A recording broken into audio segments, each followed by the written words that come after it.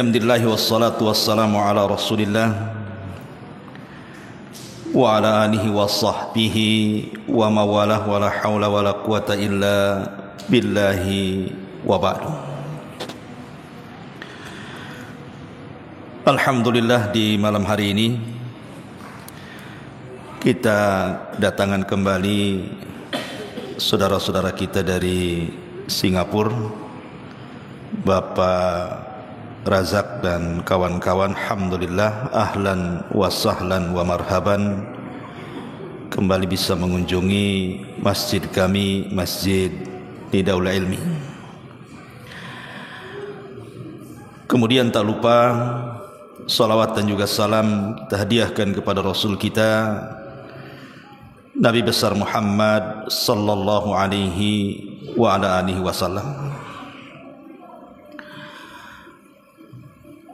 Tema di malam hari ini, karena memang biasa kita mengkaji sirah,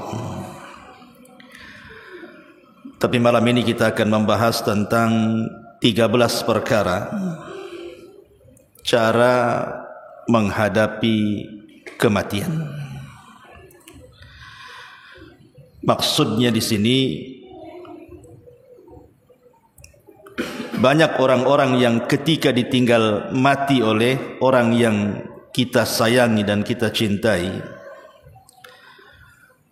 terkadang sakitnya itu tidak bisa hilang dalam sehari dua hari. Kesedihan sampai ke tingkat niyaha, menolak takdir Allah Subhanahu wa ta'ala.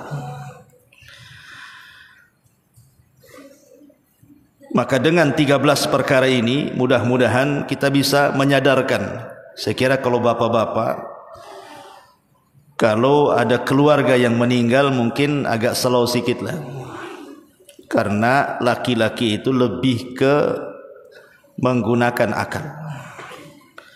Kalau perempuan biasanya karena lebih ke perasaan, makanya biasanya kalau dia orang awam tidak tahu hukum niyaha, maka dia akan menangis, meraung, menjamba, guling-guling, ngomong macam-macam. Itu pasti terjadi di masyarakat. Maka 13 poin ini adalah solusi supaya terhindar dari niyaha ini. Apa saja? Karena Nabi SAW masalahnya mengatakan soal niyaha ini, kata Nabi SAW, arba'un fi ummati min umuril jahiliyati.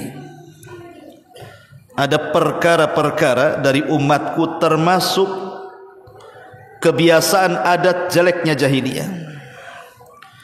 Lah salah satunya kata Nabi SAW, wan niyahatu, dan niyaha.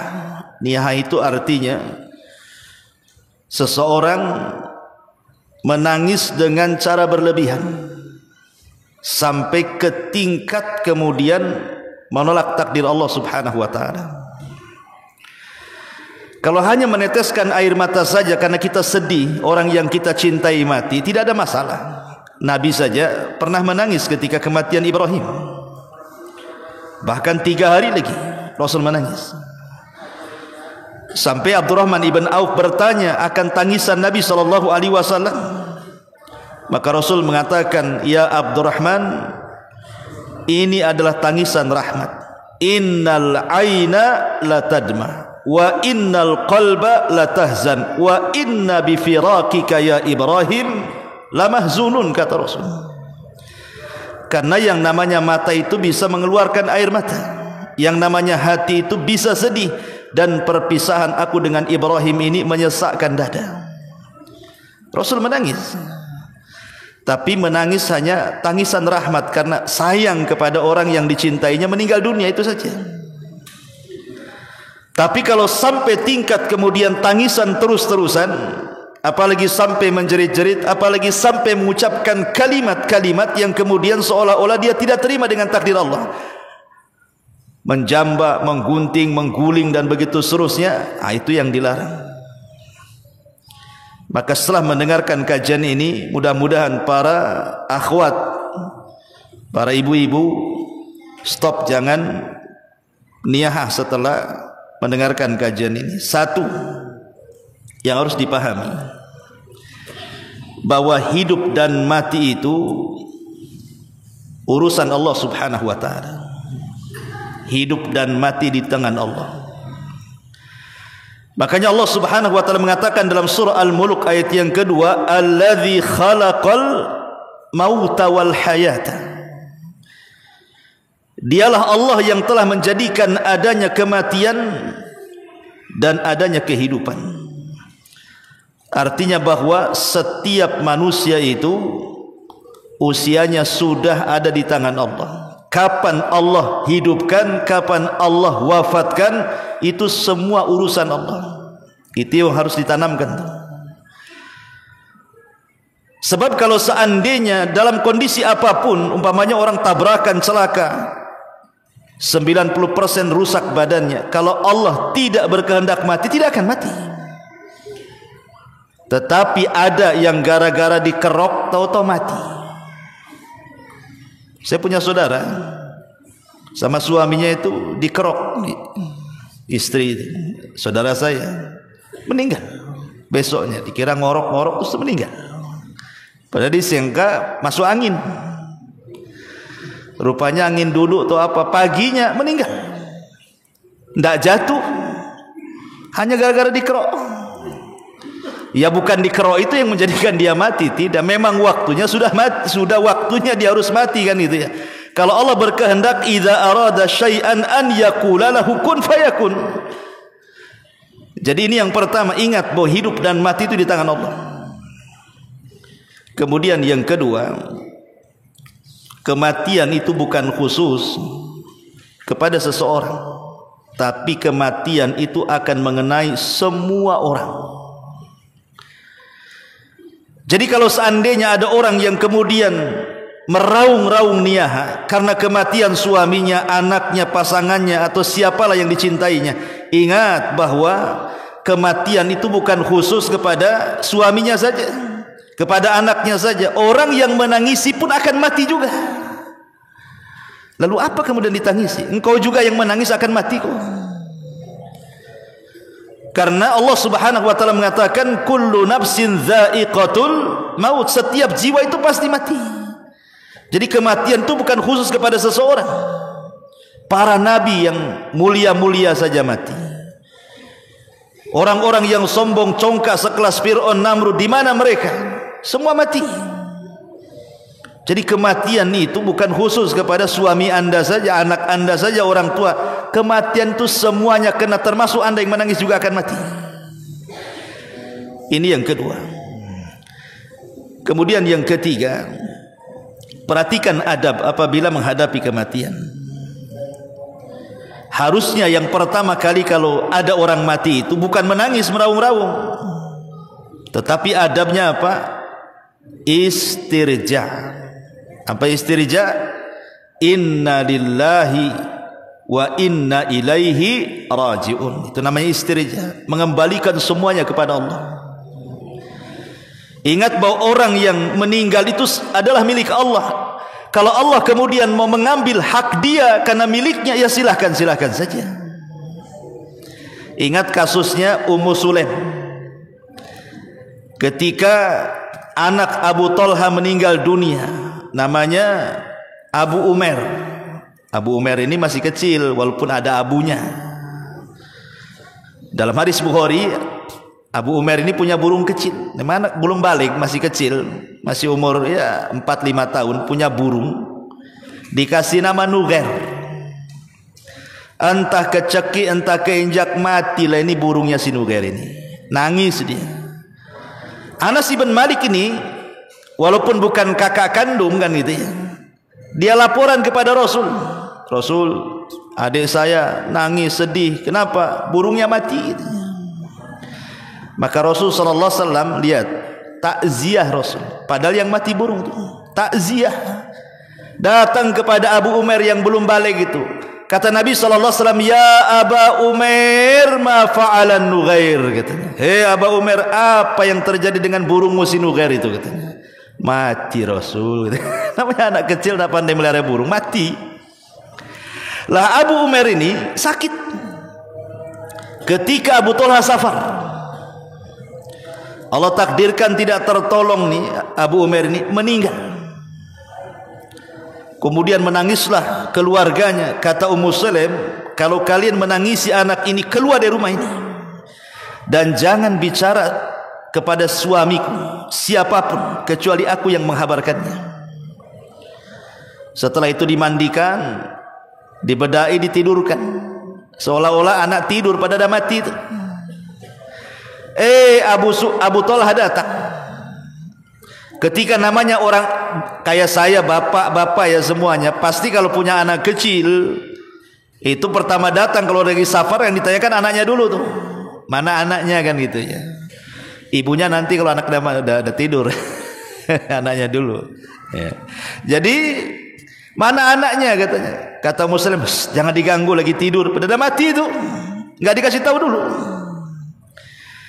Akhirnya kemudian karena begitu rapinya Ummu Sulaim menyembunyikan kematian Abu Umair ini, Ummu Sulaim paham namanya laki baru safar tentu harus dilayan kan itu ya. Maka dia mandi dengan mandi yang bersih, dandan dengan dandan yang cantik, dimasakkan dengan masakan yang enak, dan dilayani kebutuhan biologisnya dengan pelayanan yang baik sampai dia pun lelah, istirahat, capek. Sepertiga malam baru dibangunkan Ummu Sulaim.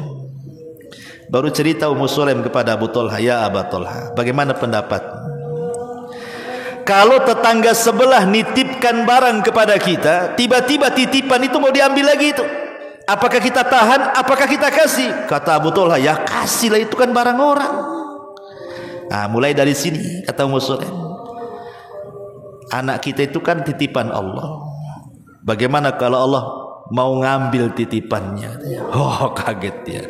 Rupanya kiasan saja barang tetangga tadi itu mau ngasih tahu anaknya mati.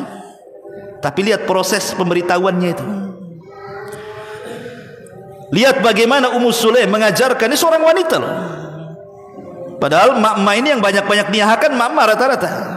Tapi dia mengajarkan pelajaran kepada kita untuk istirja dengan mengatakan inna lillahi wa inna ilaihi rajiun. Yang kedua, berdoalah minta pahala akan musibah yang ditimpanya. Makanya ketika Ummu Salamah radhiyallahu anha ditinggal mati oleh suaminya Abu Salamah, apa kata Rasulullah? Quli ya Umma Salamata Allahumma hjurni fi musibati. Katakan wahai Ummu Salamah, ya Allah berikan ganjaran akan musibah yang menimpaku. Wa khluf li khairan minhu, dan gantilah dia dengan yang lebih baik. Maka di antara adab kalau sekarang ini Allah takdirkan mungkin keluarga kita meninggalkan kita, maka yang pertama jangan nangis dulu. Katakan inna lillahi wa inna ilaihi rajiun. Kemudian Allahumma hjurni fi musibati. Ini yang ketiga. Yang keempat, kematian itu sebuah musibah. Dan semua musibah yang Allah timpakan kepada kita itu semua sudah dicatat. Lalu ngapain ditangisi kalau sudah dicatat? Makanya Nabi SAW mengatakan innallaha kataba maqadiral khalaiq qabla an yakhluqas samawati wal ard bi 50,000 sanah. Jadi Allah itu mencatat, menulis ketetapan ciptaannya 50.000 tahun sebelum menciptakan langit dan bumi itu. Jadi lah apa yang kamu ditangisi? Memang sudah waktunya. Jadi jodoh kita, kemudian bahagia kita, celaka kita, termasuk juga mati kita, itu sudah dicatat 50.000 tahun sebelum Allah menciptakan langit dan bumi. Makanya pentingnya kita ini yakin dengan takdir. Sebab kalau dapat musibah, kekuatan takdirlah yang bisa menenangkan kita. Ini yang keempat. Kemudian yang kelima, cobalah kita pahami bahwa sisi positif musibah itu sebenarnya adalah Allah sayang dengan kita. Jadi kalau Allah Subhanahu wa taala memberikan musibah kepada kita, hakikatnya Allah sedang sayang dengan kita, itu bukan benci. Karena kebanyakan orang ketika menghadapi musibah itu seolah-olah musibah itu bagaikan azab. Jadi Allah menimpakan musibah itu, kita nilai musibah itu sebuah azab. Jangan, kita balik cara memahaminya. Bahwa musibah itu sebuah nikmat, bahwa musibah itu sebuah tanda cinta. Karena Nabi yang mengatakan, innallaha idza ahabba abdan ibtalahu. Allah itu kalau senang dengan seorang hamba, diuji itu hamba itu dengan musibah. Faman radiya falahu ridha wa man sakhita falahu sukhtu. Kalau dia redha, Allah senang. Kalau dia putus asa, Allah pun benci dengan dia. Ini yang nomor 5. Yang nomor 6, kehidupan manusia sangat terbatas. Karena kehidupan manusia sangat terbatas, manusia tidak bisa untuk meminta tambahan usia. 1 menit pun tidak bisa.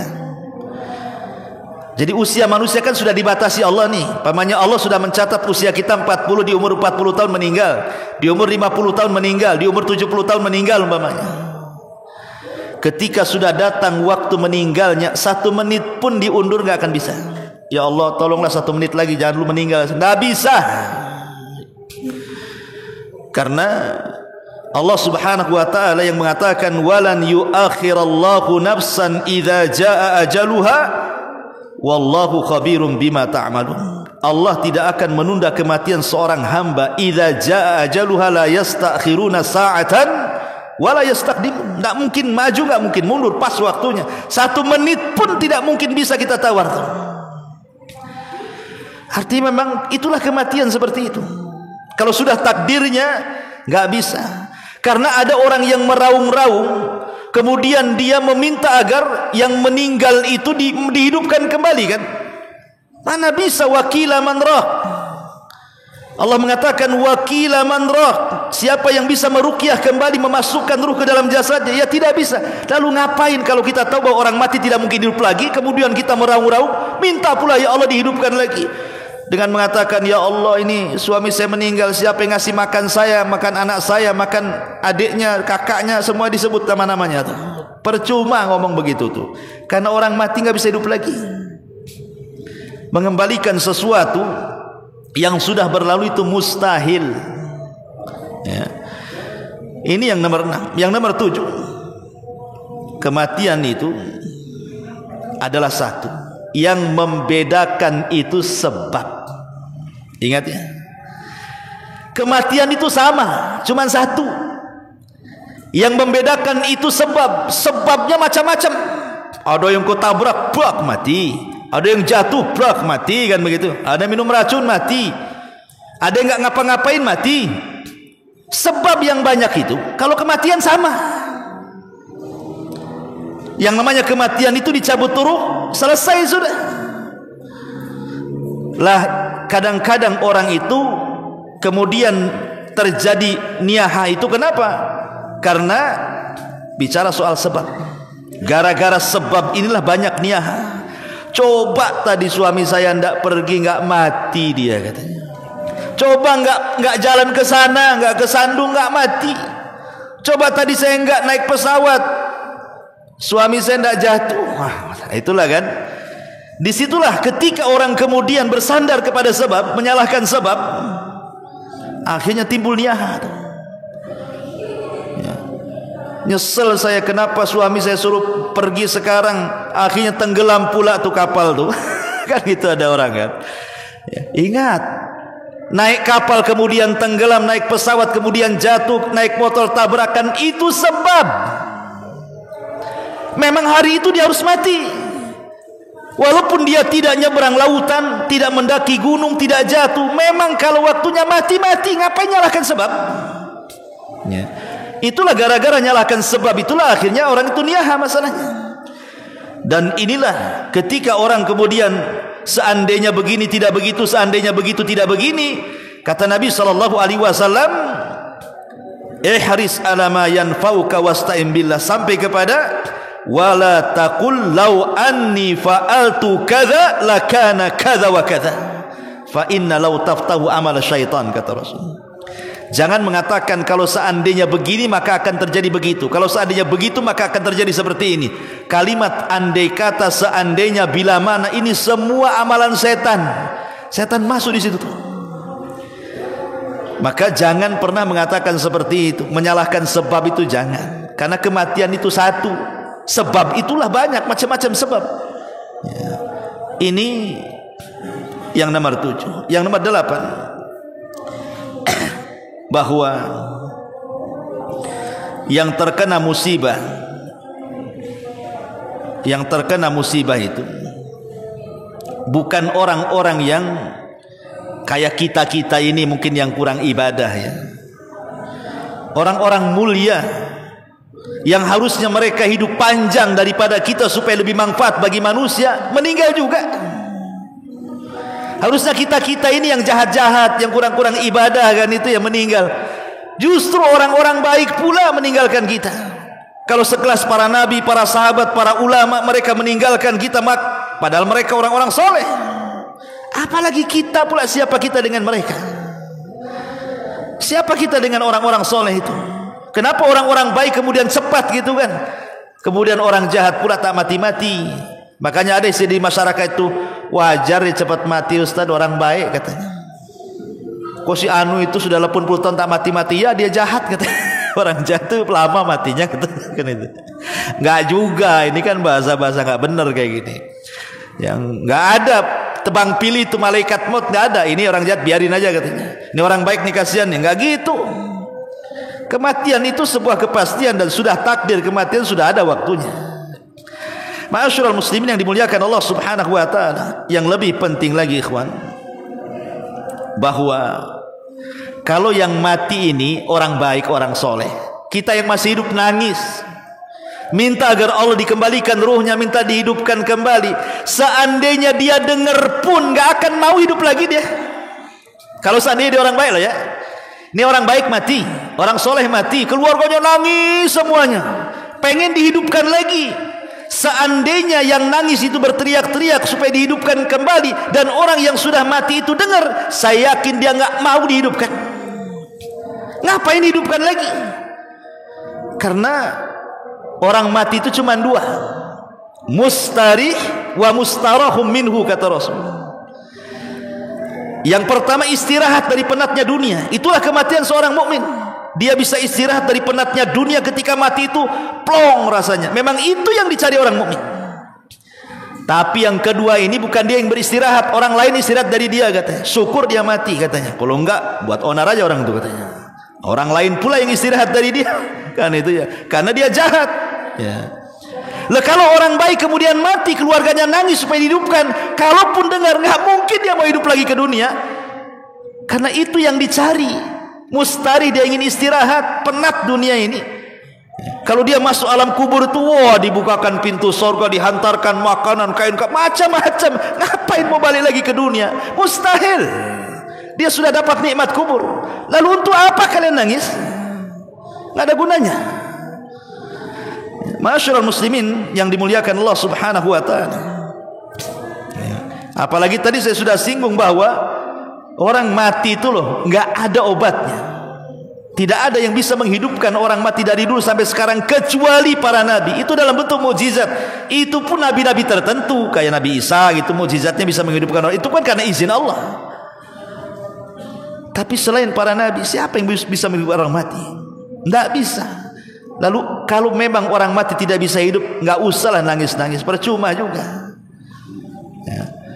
Mendingan cobalah doakan orang mati itu. Mereka itu butuh doa, bukan butuh tangisan. Sebab kalau kita menangis niyah itu justru menyiksa orang yang mati itu. Berdoa, dan doa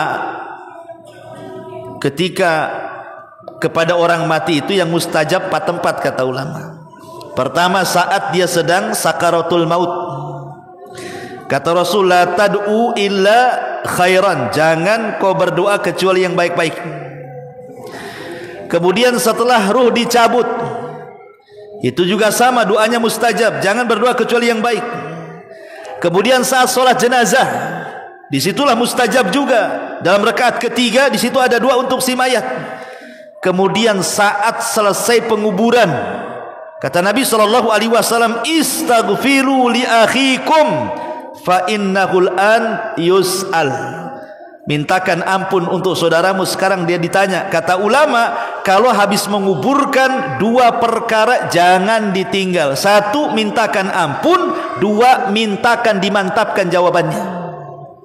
Sunnahnya kalau habis menguburkan kan, kalau kita tidak sempat menguburkan, maka sebelum pulang ambil tanah, kemudian kita ikut meletakkan di situ. Kemudian menghadap kiblat. Cuman dua doa yang dianjurkan. Allahumma gfir lahu, Allahumma sabbithu. Ya Allah, ampuni orang ini, ya Allah tetapkan jawabannya. Berdasarkan hadis, istaghfiru li ahikum fa innahul an yus'al. Hanya dua perkara ini saja. Tidak usah macam-macam.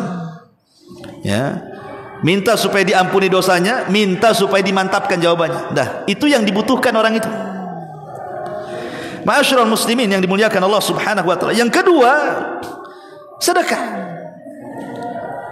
Karena yang disepakati para ulama tentang amalan-amalan yang bermanfaat untuk orang mati itu cuma dua. Yang lainnya diperselisihkan semuanya. Kata Syekhul Islam Ibn Taimiyah rahimahullahu taala, dari 15 perkara amalan-amalan yang bermanfaat untuk orang mati yang tidak ada khilaf di antara ulama cuma dua.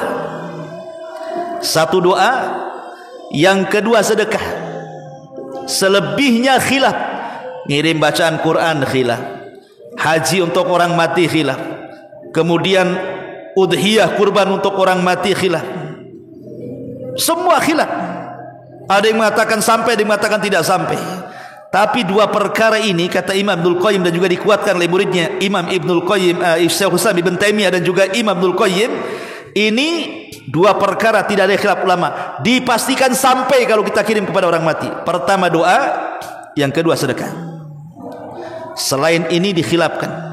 Ya. Ma'asyiral muslimin yang dimuliakan Allah Azza wa Jalla. Kemudian yang terakhir, karena juga ada tamu ya, ada acara. Harusnya orang kalau dihadapkan dengan sebuah kematian, ambillah ibrah itu.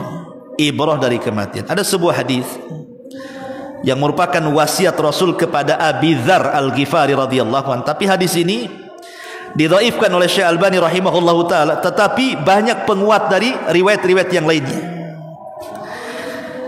Nabi SAW mengatakan, zurul kubur, berziarahlah kalian ke kuburan.